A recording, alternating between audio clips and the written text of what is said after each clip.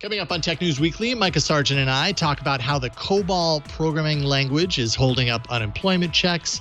We talk about how we feel about Google and Apple's contact tracing system that they announced late last week.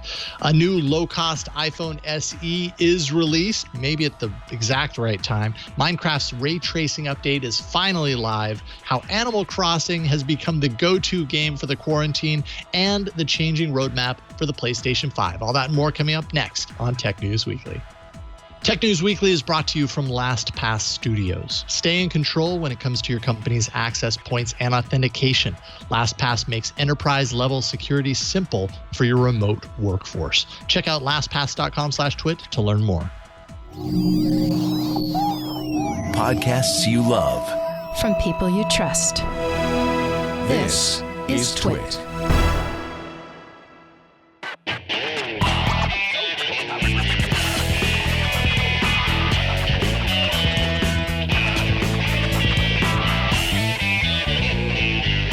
This is Tech News Weekly, episode 129, recorded Thursday, April 16th, 2020. This episode of Tech News Weekly is brought to you by IT Pro TV. Get the most up-to-date IT training with IT Pro TV. Their video courses, virtual labs, and practice tests will give you everything you need to become a successful IT professional. Visit itpro.tv/TNW for an additional 30% off for the lifetime of your active subscription. Use code TNW30 at checkout. Hello and welcome to Tech News Weekly, the show where every week we talk to and about the people making and breaking the tech news. I am Micah Sargent, and that guy who's sometimes in frame and sometimes very close to the camera is Jason. How you doing, Jason? I'm doing pretty good. Yeah, I don't know what's going on. I'm just playing. You got to keep yourself entertained. Yeah, you got to have fun when you're in the corner of your bedroom every single day for the rest of your life, apparently. Let me out of here. Nobody's jaded at this point. We're only a month into this little experiment. It already feels like a year. Anywho, how are you? Time is an illusion, and I've never been more convinced of that than I am now. I thought it was, a week ago that I had gone on, there's a long walking trail near where I live, and I thought we had taken the dogs on that long walking trail a week ago, and it was 2 weeks ago. So we go outside, but to go on that trail is really fun. And it's so sad what we find fun right now in these times, but hey, it is what it is. And today's our last opportunity to do so before we have to wear masks outside at all times. Oh my goodness. Don't even remind me. That's true. That's true. Let's talk about something. I was going to say something that might take us away from this reality, but almost everything in this show brings us right back to it. It has to. So I saw this story this morning from The Verge, and I had seen some tweets, as I do, about unemployment. And my sister, for example, she was I don't know, is furloughed, unemployed? I don't know. But whatever happened to her, she worked at JCPenney as a manager. She ended up having to file for unemployment. And so she was kind of talking about the period of time that it took to get that and get it working and stuff like that. And just yesterday was whenever many of the electronic deliveries of the stimulus checks had gone out. And my partner, for example, has a local bank where he is, and he was trying to access his account to see if the money had been deposited and couldn't get through because everybody was trying to get in. And it made me think about sort of the technology behind all of this, the infrastructure essentially. And The Verge apparently was thinking about the same thing because they have this excellent article talking about how COBOL is the coding language that's being used for many of the state's unemployment systems. And that's across the landscape. Alaska, Connecticut, our our state of California, Iowa, Kansas, Rhode Island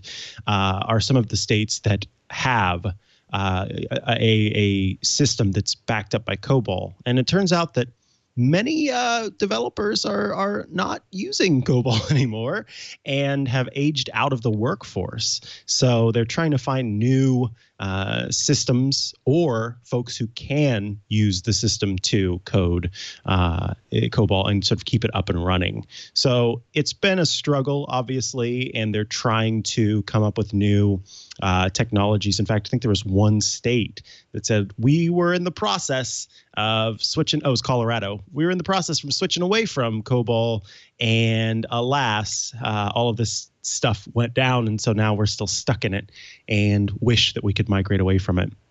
So yeah, I don't know. It just made me think about infrastructure and how we, all of this I think is going to lead to so many changes. And that is, it seems to be the silver lining that we're all trying to find in this, is we're learning a lot right now about what works and what doesn't. And hopefully, can we have hope? That will lead to change.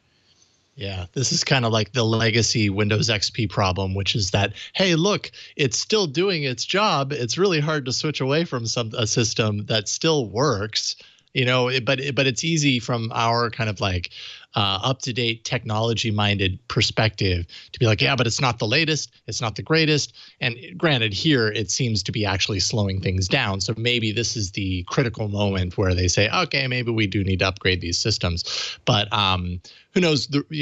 I'm sure part of the reason why it still exists is because of bureaucratic, red tape, and why, maybe it's super expensive. Well, I imagine it probably is very expensive to replace these systems, and not being certain what to replace them with. But it's also probably that it's done its job consistently enough over the course of 40 years that there was maybe less reason to update that when a different system or money earmarked for something else seemed much more of a priority. Now we're starting to see kind of the cracks in that legacy. But it just reminds me of Windows XP, because this happened with XP as well. Windows, Microsoft stops supporting XP. Meanwhile, all of these, shops and stores and organizations are all built around XP and really don't want to move away from it, because even though it's not the latest and it's not the greatest, it still totally does the trick. But now I guess we have to move on because you're not supporting it anymore. Kind of feels the same. Yeah, I agree. I don't know. I mean, obviously they are trying to stop all of the leaks, plug all of the leaks, and keep things going. But eventually, there's only so much plugging you can do before you've completely replaced the entire brick facade with just plugs, and then it comes crumbling down. That's right. Metaphor. That's right. They should really move to basic. If they just moved to basic, the whole system would be smooth. Frankly, I think they should switch to Java, not even JavaScript, but Java. Oh, Flash, actually. Personally, oh my God, I think Flash. They should move to Flash. Yes. Why did they ever even try to stop using Flash? We'd all be fine if they just used Flash. Totally. Alternate timeline. Oh my God. Other big news this week has surrounded Google and Apple's collaboration on creating a cross-platform decentralized contact tracing system to help track COVID-19 spread. Contact tracing is, of course, the process of tracking an infected individual, at least in the case of COVID-19, tracking someone who is known to be infected and kind of tracking who they've been in contact with, literally contact tracing, right? Tracing their steps to the people that they've come across so that you can notify those people, hey, by the way, this person had it. Maybe you should, get a test, that sort of stuff. Well, now we're kind of venturing into the world of using technology to do this by means of a collaboration between Google and Apple. In this case, it's going to be using Bluetooth LE as the kind of technology behind this. Bluetooth LE, has universal support across devices, a low battery impact.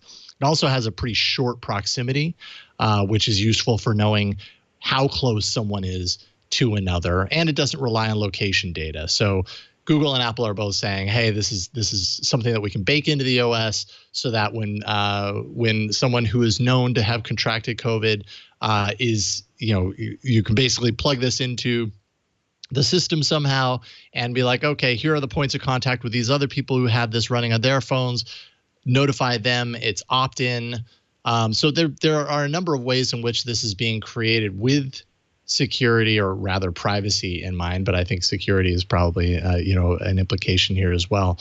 But still, people are a little outside of themselves on whether to trust this or not, because in moments of like great kind of chaos and everything that's happening in this world, is that the right time to implement some a system that even a few months before people might have had a big problem with from a privacy perspective?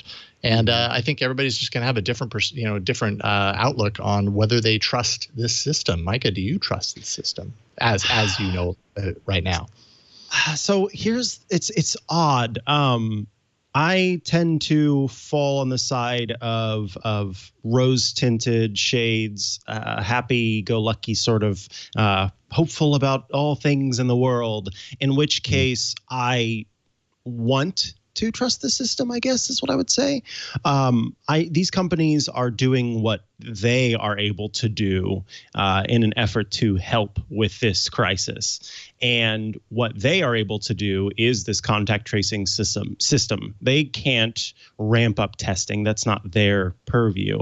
And so on its face, I just appreciate the efforts that are being made. But underneath it, yes, I think that, I don't know if trust is the right word, because to me, it's not necessarily about I don't know how to put this. So here's the thing. Apple has time, and I can only speak about that company given my vast knowledge of that company versus Google.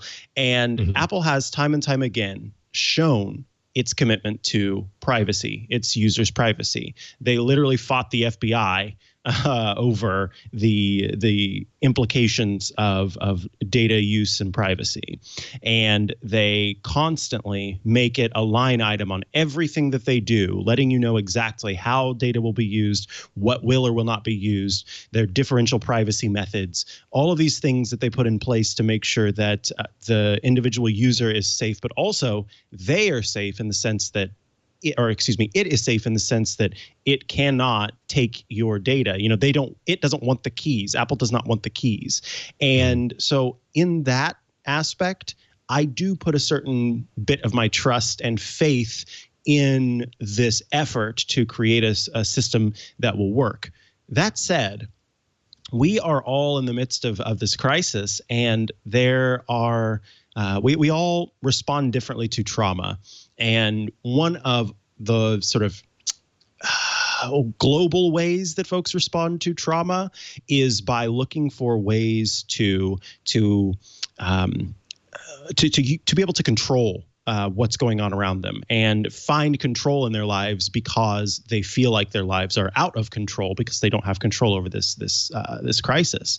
And I think that giving up a certain amount of privacy, potentially, or even just the idea of having something tracking your location without understanding how the technology works, goes against that, flies in the face of gaining control of a system. And so in that sense, I think that there is a trauma response to being more skeptical about this than maybe we normally would. And I find that interesting because usually the everyday person is not necessarily paying as much attention to this and thinking about like Facebook having their location and Instagram having the location, et cetera. So it's been interesting from the psychological standpoint, looking at how folks are being more aware and more concerned about themselves being tracked in this way. Yeah. And I think there's a lot of misunderstanding about how this technology works because it's super early. They're still kind of creating the plan for it. And so people in some ways could take this plan and kind of lump it together with previous brouhahas, whatever you want to, kerfuffles would be another one, around privacy.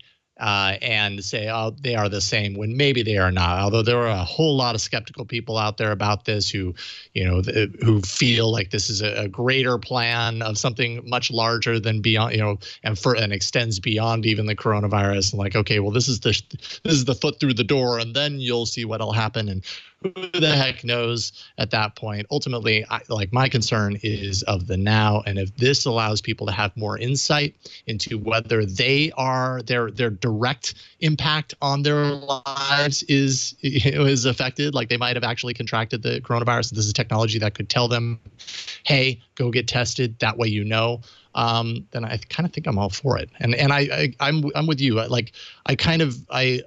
I trust.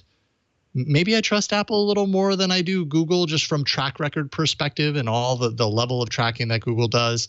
But them working together on a decentralized system, it's a total collaboration. I don't know. I have faith, crossing my fingers, that they're doing it the right way and that they're doing it for the right reasons. And that when this is all over, maybe it disintegrates and they're like, okay, it served its purpose. Yeah, it was needed for this, and we're not going to use it. Yeah, outside of this, that's my hope, because I think that was on Twit this past weekend. Georgia Dow was kind of talking about the concern there, and that is the concern, that once you give over something, then you don't typically get it back. But we have to look at the difference between a government and these private companies, or these sure. I guess publicly traded companies. But you get what I mean there. Yep, absolutely. And it can sometimes those lines can kind of blur together as well. But yes, Micah. Yes, that's. I mean, that's. Sorry, all. I thought you had something. No, that's all. You had an there that I misread. All right, let's take a break. Your for the break. Let's take a break, and we're going to be coming up here talking with Dan Moren from 6 Colors about Apple's new low-cost iPhone SE.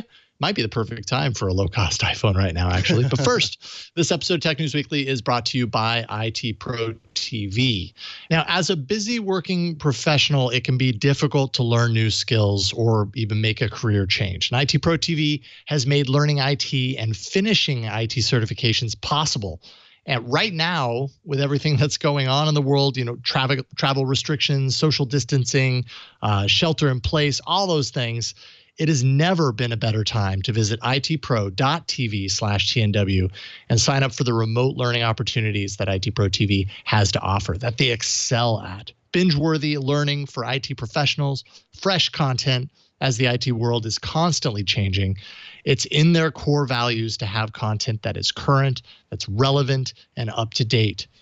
Like the latest exam objectives or new certifications, updated software releases, redesigned interfaces, and more, all of it included. There are over 4,000 hours of IT training that they offer, and they are the official video training partner for CompTIA and have 12 CompTIA on-demand courses, including CompTIA A+, Network Plus, and Security Plus certs. And for those organizations out there who might actually be thinking of canceling an upcoming conference, IT Pro TV can help deliver and facilitate virtual conferences. Basically the same thing, just done online. They can take a conference online with general sessions and breakout sessions with speakers live in studio or remotely. So see how IT Pro TV can make it easy for you to grow your career. Right now, go to itpro.tv/TNW and use code TNW30. You'll receive 30% off. That's itpro.tv/TNW. Use code TNW30 for an additional 30% off for the lifetime of your active subscription. IT Pro TV, build or expand your IT career and enjoy the journey. And we thank IT Pro TV for their continued support of Tech News Weekly and the Twit Network. Awesome.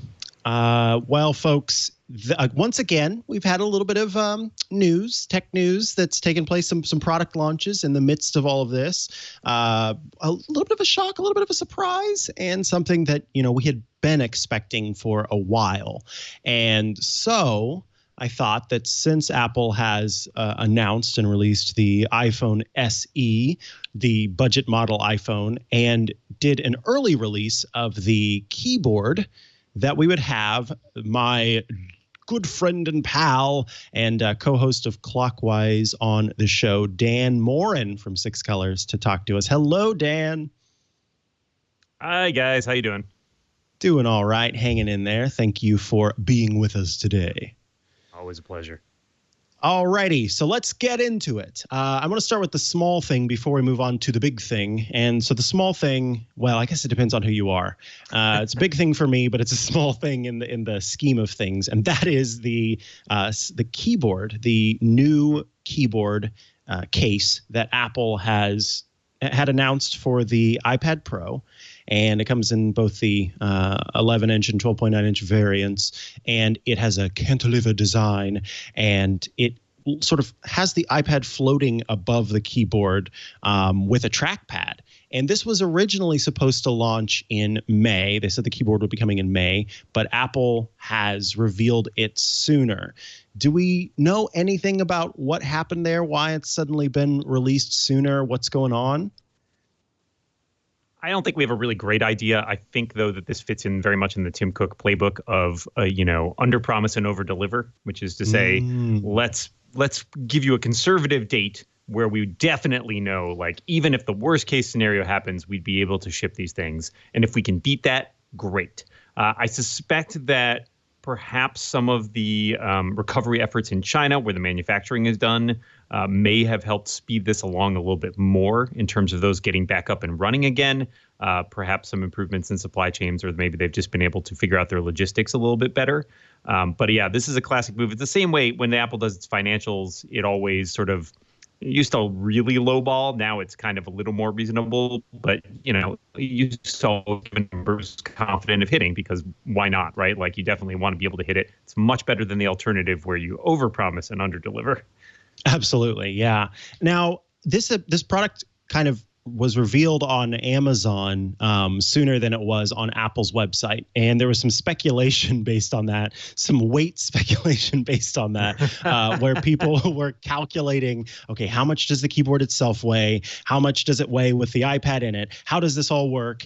And then I believe it was your colleague, Jason Snell, who had asked Apple, so do you want to let us know what the weight of this actual product is? And they said, well, we're not going to talk about that just yet. Right. Do we have final judgment on how much this thing weighs? Is it a loose unit? What are we working with here? It's a real big boy there, Micah. No, actually, we don't have a firm weight on it yet. And I think we're going to have to wait until it actually ships. Somebody gets to put it on a scale, which I'm sure everybody will be racing to do as soon as they get it. There's nothing in the tech specs about it, which but everybody's got, people have done the math, and they've tried to figure out essentially, like, it's got to keep the iPad from falling over, right? So it can't be very light, right? It's got to have some weight to it. Absolutely, yeah. I've got my kitchen scale ready. Ready to go. Like we're doing who's wow, why can't I think of his name? Indiana Jones movement here, where I'm trying to place. Got to have the bag of sand. Yeah, exactly. All right, that's what I wanted to know about the keyboard with the trackpad. Let's move on to the more important thing. The iPhone SE has been announced. We'd heard about this for a while. Tell us about the big specs. I'm talking screen measurement. Is it going to be a 4-inch phone I fit in my big monster hand? Is it going to be a tiny phone? And I would like to know about that camera on the back, because that was the most interesting thing to me. Yeah, so if you've seen an iPhone in the last several years, an iPhone 6, 6S, 7, 8, the SE is going to look pretty familiar to you, because it looks almost identical to those. It's got the same chassis design. It's got the same 4.7-inch screen as the iPhone 7 and 8 with that Retina HD. So it looks almost indistinguishable from the outside. The biggest difference might be just, it's coming in black, white, and product red colors. So that's a little bit different than some of the previous ones, just in terms of the various model shades that were available. But other than that, you're not going to see a lot different here. It's got a physical home button with a Touch ID. It's going to weigh about the same. Honestly, it probably even fits cases for the iPhone 8. That's how similar it is. On the spec side, the biggest news is the A13 Bionic chip, which is the same chip that's basically in the iPhone 11 series. And that basically means this is like cutting edge, right? Like, this is not it may be a cheaper phone, it may be using an older product sort of design, but the internals are updated. And that's the most important part, because this is a phone that I think Apple expects people to buy and clearly hold on to for many years. The previous generation, the iPhone SE, was like 4 years ago. And, people are just starting to like get desperate to replace those. And as for the camera, so it's a 12 megapixel camera with a 1.8 aperture. This is pretty much the same as the sort of main wide camera you'll find on the back of the other iPhones. The biggest news with it is that it comes with the portrait mode and portrait lighting effects. And a lot of that is probably enabled by that A13 Bionic chip, which can do a lot of the heavy computational photography lifting. So you're not necessarily going to find something that's like a brand new element here, right? But it's something that it's getting used in a lot of Apple's other phones, which themselves have this lens in addition to other lenses. I think previously the iPhone XR, 10R, gosh, even I can't remember, had the portrait mode with the one lens, unlike a lot of the other iPhones required multiple lenses and sort of interpolated data from both of them. But this one also does all those portrait lighting effects and has a couple of the lighting effects that were not available on the 10R. So again, looking at that A13 Bionic chip as a reason why it can do all of these extra features. So the last SE was discontinued back in 2018. Is that right? So this is the first one in the last couple of years, let's say the second generation SE. And what's happened since then, at least on the Google side of things, is that last year they had the Pixel 3a, which is their $400 kind of Pixel phone that came out that did really well. I mean, in Google terms anyways. Pixel phones in general aren't the most amazing sellers, definitely not compared to Apple. But for that price category, I mean, so many people, myself included, had the 3A at the top of the list for last year's best smartphones. It was just an amazing value. And one of the big reasons for that was because the camera was nearly identical to the camera system that you got on the more expensive Pixel phone. Do you think that the camera improvements that we're seeing here on the SE make it kind of a similar comparison, especially as we have the Pixel 4a coming out probably in the next month or two? Do you think these are very similar in that regard? Yeah, I actually do. I think that makes a lot of sense. Like the camera mode, there's certain things you're only going to get on the higher end camera, right? Like, so the night mode feature, I think, is mostly on the higher end, but you get optical image stabilization, you get, digital zoom, you get the true tone flash, you get the portrait mode and all the different lightings. Like, you only have one lens, right? So it can't do sort of the ultra wide and other types of telephoto and things like that. But, this is the lens that iPhones have had basically, right? Like when they had only one camera, this was the camera they had pretty much. So, if you're upgrading from a 6 or an iPhone 7, then you're going to find a lot of improvements, and you're not probably going to notice as much because you're not coming down from, say, an iPhone 11 or an 11 Pro, which has a lot more options in that. So I think you're right. The value is high because not only does it provide the camera that most people use for most things, it provides the features that they want, and it provides at a great price. Nice. Yeah, let's. I know we've sort of bounced around about the price, but what are we looking at in total across the whole spectrum? From 64, 128, 256. Because I think this is kind of shocking. Honestly, it's a really good price. Yeah, so it starts at 64 gig for $399, and then it's only a $50 jump to the 128. So double the storage for $50 more, which really seems like the sweet spot. If you go up another $100 to $549, you'll get a 256 gigabyte model. So it's not, in the older days, especially that first generation of SE, there was often a feeling of sort of nickel and diming because it was a very low amount of storage for the introductory rate, and they really wanted to upsell you. Whereas 64 gigs is a pretty reasonable capacity for a lot of people, especially those looking for the most affordable phone. And, if you can afford to spend that extra $50 to double the storage, then I think you're going to be very happy with that indeed. Nice. So 3 colors with this one, the product red, the white, and the black. Are these standard colors and displays that we've seen in the past? Typically the white one, I think, would have a white front, but the white one has a black front now. So do all 3 of them offer that black display on the front? Yeah, I think they're all black on the front. I haven't seen them in person, but I think that's sort of the idea, and that the back has sort of that same kind of aluminum glass finish that you'll see on things like the 11 and the 11 Pro, but without the same colors. Obviously, the 11 Pro had that midnight green color, but I think both the sort of black.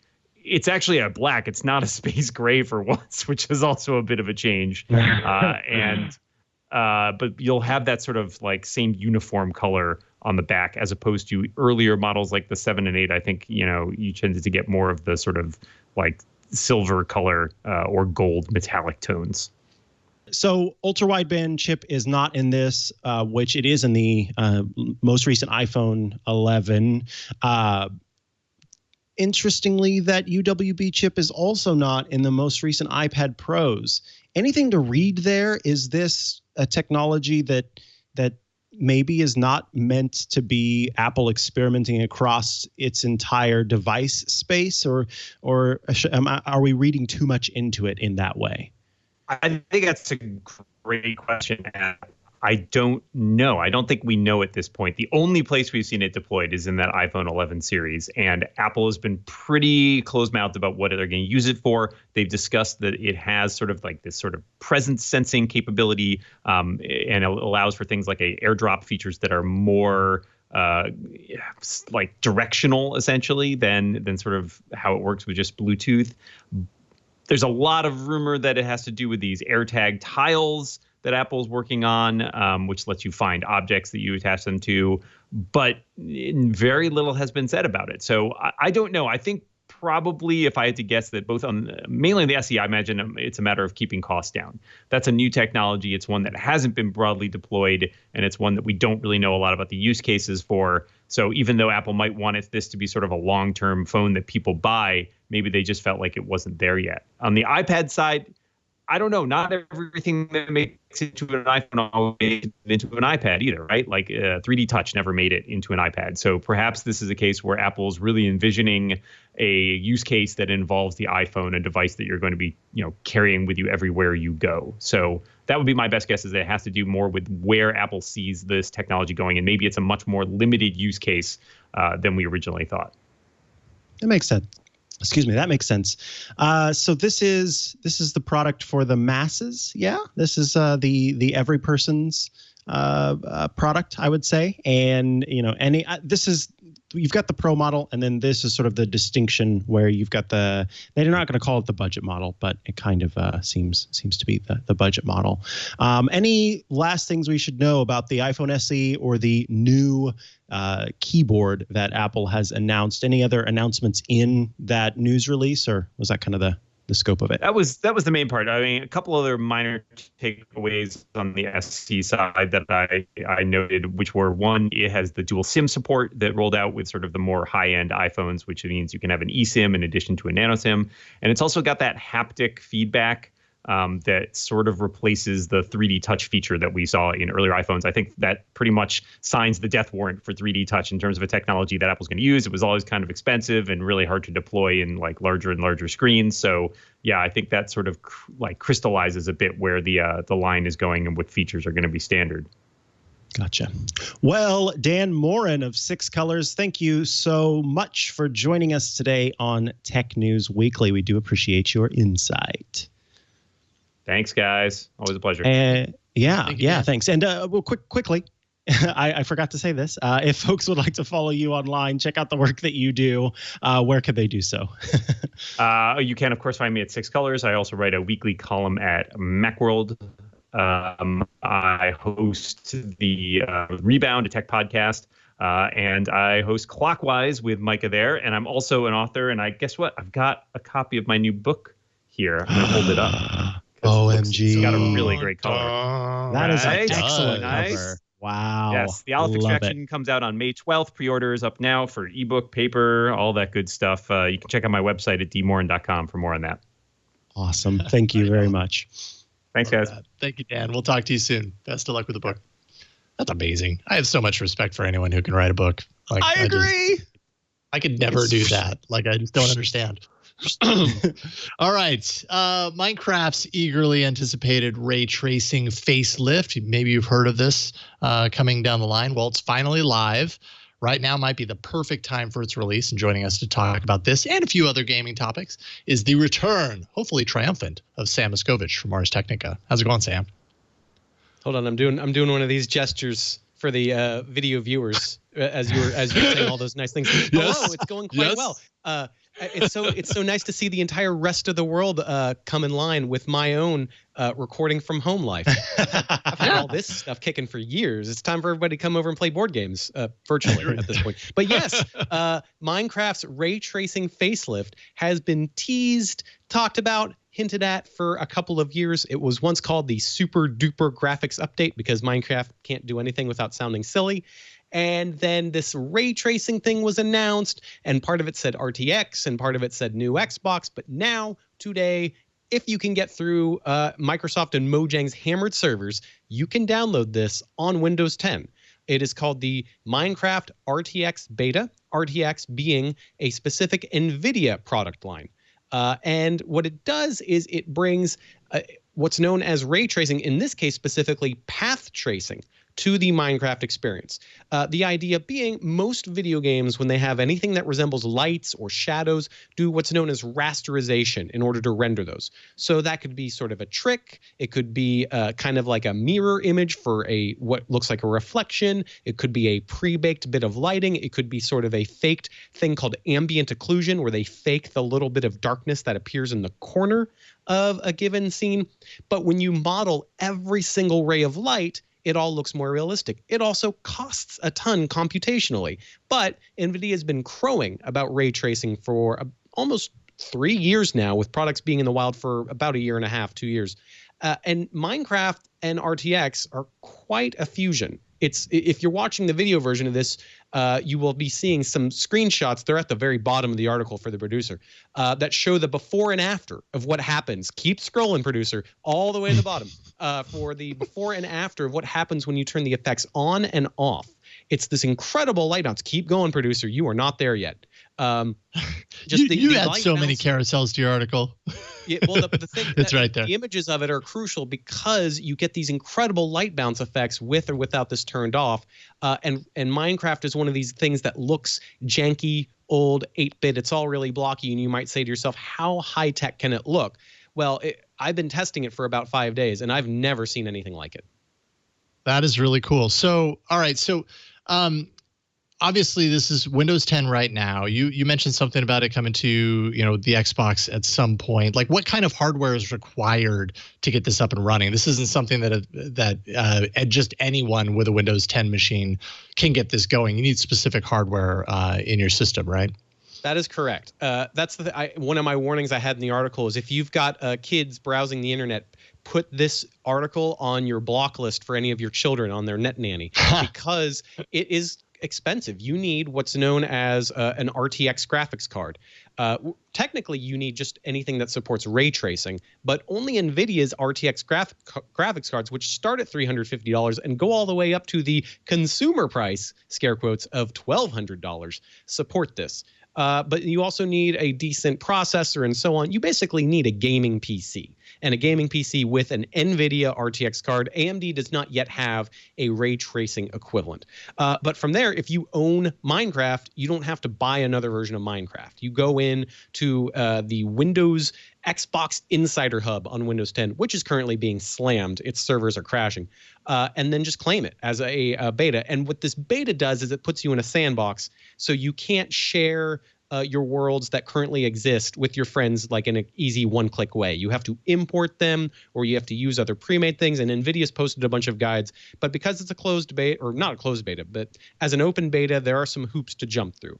But once you have all that pipeline together, then yes, you can jump in. And there's no console version yet. There's no phone version yet because this is so beefy, because it requires such incredible hardware.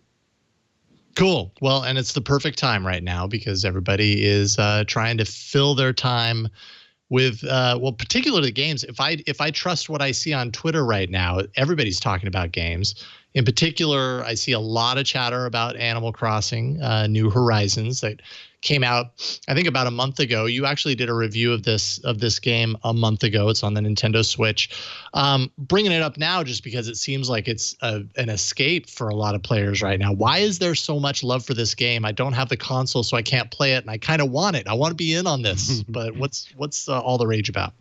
Well, Animal Crossing has been around for a long time. Came out on the N64 in Japan, if you want to go back that the year 2000, 2001, right around there. And it's subsequently come out mostly on portable systems. Or there's a really crappy smartphone version that came out in 2017, which I do not recommend because it's got a bunch of microtransactions and garbage. But this idea that Nintendo finally has a really popular platform that plays nicely in portable mode, that plays nicely on your TV, and that Animal Crossing can slip into, it just seems like a game that people have had an affection for a long time, has finally arrived in a way that a lot more people can get into. But there's also the Twitter effect, the social media effect. Let's be honest. Nintendo Switch makes it super easy to tap one button and take any cute little moment in Animal Crossing and dump it onto whatever social media platform you love. And the FOMO that you can kind of produce with this is incredible. And that's what I predicted because I wrote the review before the game came out. I said, this is going to be every single place you look digitally. You will see people sputtering around, catching fish, doing little chores, little errands, and kind of recreating their physical lives. Because Animal Crossing New Horizons, like all the others, is about the minutia of living in a busy town with a whole bunch of virtual critters that talk and that ask you for your favors. That you can do all kinds of physical everyday labors, and that I kind of predicted because I got my copy at the very end of February, and I'm in Seattle, which kind of got hit earlier than other major American cities in terms of citizens being told maybe you should stay home. So I hid starting February 28th with my copy of Animal Crossing and found that it fit very neatly into my quarantined life.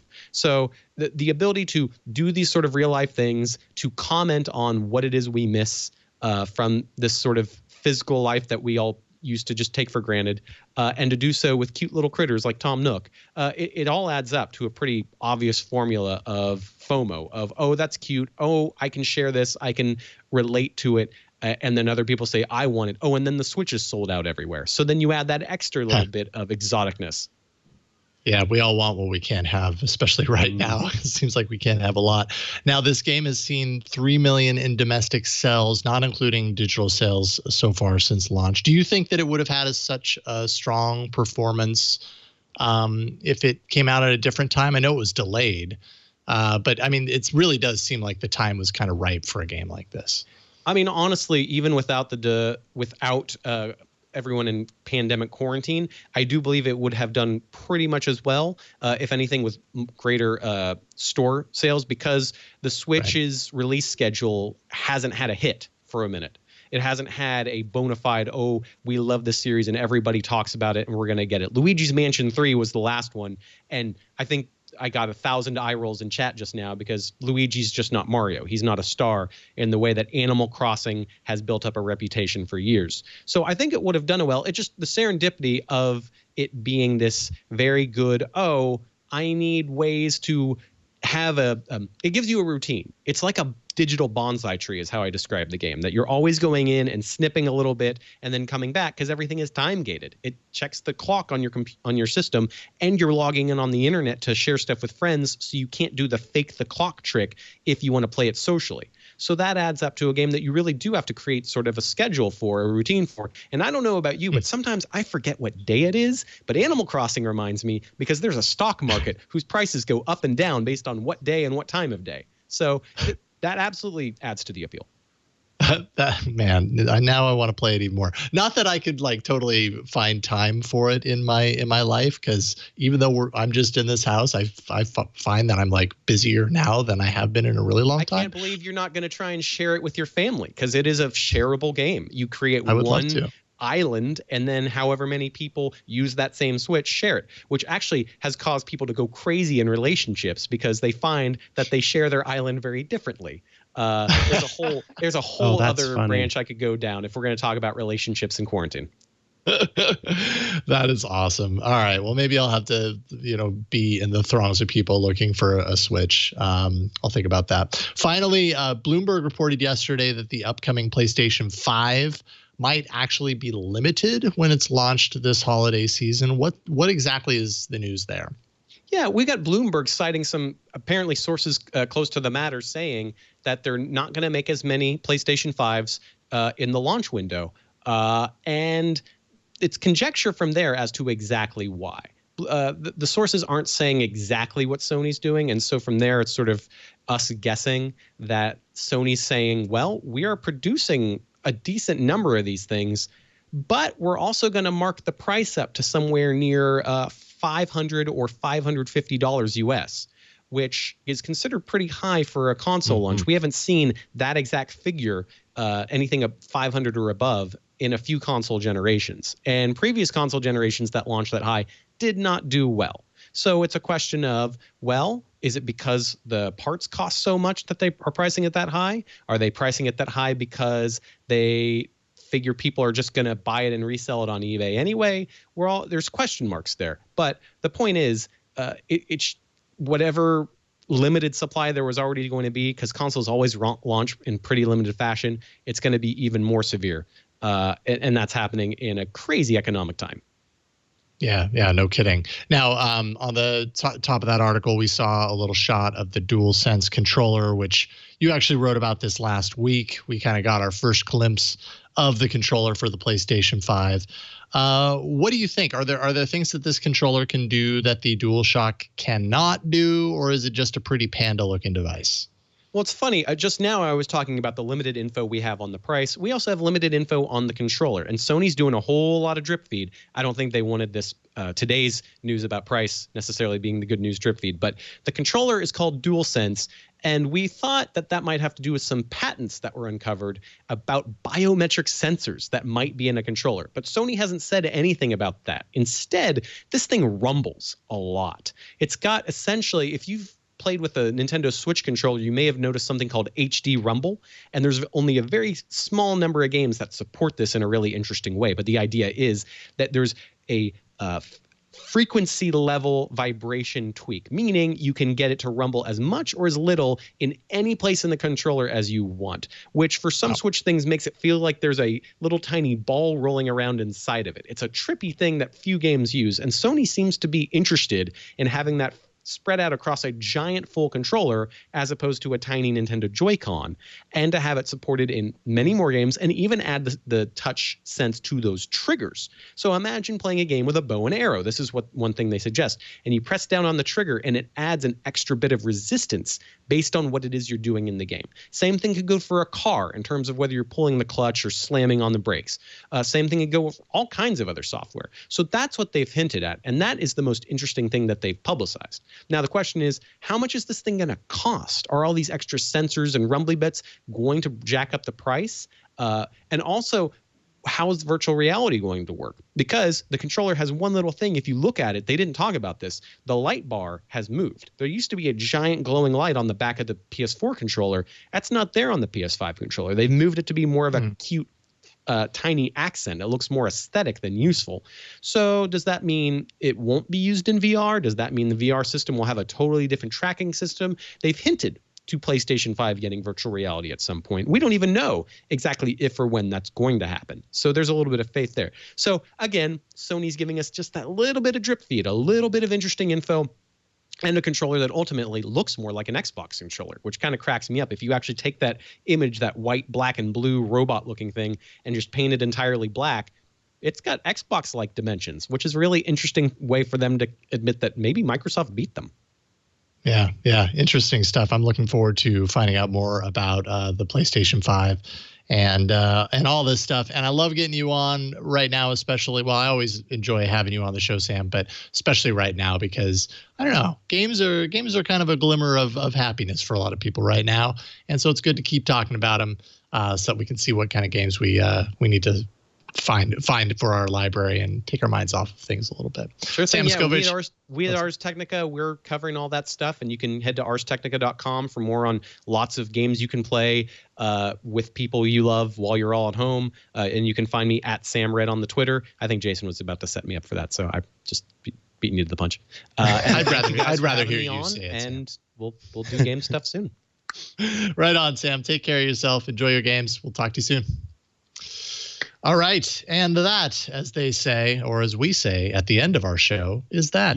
Tech News Weekly publishes every Thursday at twit.tv/TNW. That's where you can go to subscribe. Make sure you subscribe. That way you get your episode automatically downloaded to your device so that you can listen to it when you're just hanging out, washing dishes, or maybe you're going for a walk. Make sure and wear your mask. Whatever you're doing, I mean, you can find a half an hour, 45 minutes to an hour of time to throw those earbuds in and listen to it. And if you subscribe, you don't have to think about the extra step, which is going to find the episode. It's just there for you. It's like magic. Like magic. You, of course, can, like magic, be a part of the show by emailing us at tnw@twit.tv. And, of course, follow us on social media. Jason Howell is absolutely killing it with some great social media vids as of late. But no pressure. You know, you do what you can. And that's all you need to do. But I know I've been getting a chuckle out of them. They've been great. So you can check those out, of course, by following him, but also by following Twit on Twitter. That's at Twit on Twitter, at twit.tv on Instagram. I think we're still posting to TikTok. That's at Twit Talk on TikTok. If you want to tweet at me or follow me, I'm at Micah Sargent on pretty much all of the social media platforms. And of course, you can check out Hands on iOS. The next episode publishes later today. And today we're talking about Do Not Disturb. There's so much to learn about Do Not Disturb, and I'm so excited to have a video out about that soon. What about you, Jason? Oh, I love Do Not Disturb. It's one of my favorite features, at least on Android anyways. Yeah, good stuff. I'm at Jason Howell on Twitter. That's where you can find me there. And then twit.tv/HOA for Hands on Android. Today's episode went up just, I think, an hour ago. And it's on taking, if you have a spare Android tablet just hanging around and you want to be more productive now that you're working at home, maybe you had a dual screen setup at work and now at home you have a single screen setup, just your laptop. Take that tablet, turn it into a second display, and boom, you're in business. And I show you how to do that on Hands on Android, twit.tv/HOA. Thanks to everyone at the studio for helping out. Of course, John is pushing the buttons. I know Burke's there as well as the engineer. They are keeping safe social distance and they are wearing masks. So they're taking care of themselves. I'm happy to know that. And thanks to you. I hope you're taking care of yourself too. We'll see you next week on Tech News Weekly. Bye, everybody.